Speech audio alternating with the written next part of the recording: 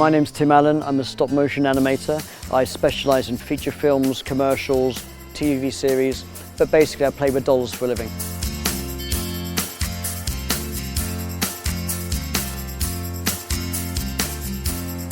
We ran a 2-day animation workshop here in Catania for Calisea, and it was focused on body language and anatomy. Specifically, I wanted to help the students develop natural, realistic human movement and learn how to move a stop motion puppet as one entity.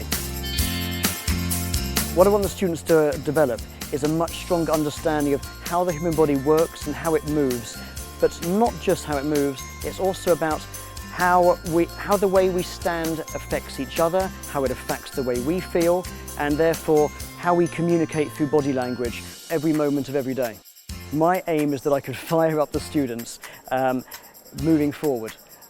Most of them didn't have much animation practice before this, and I wanted them to take something that was initially intimidating, like animating the whole human body. I wanted to take something complicated and make it simple, and make them feel with practice and practice and practice that what I do for a living as a professional animator isn't out of reach, and it is something that with enough time, enough patience, enough practice, they can do that sort of thing too.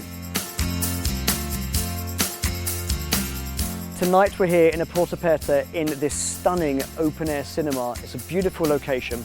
We're going to be watching The Isle of Dogs, and before we watch Wes Anderson's beautiful new movie, we're going to be discussing stop motion. What is the craft of stop motion? How does it work? How did my relationship with Wes Anderson fall into place when we're planning how to make each scene of the film? So it's going to be a chance to ask questions, understand stop motion better, and have a wonderful night.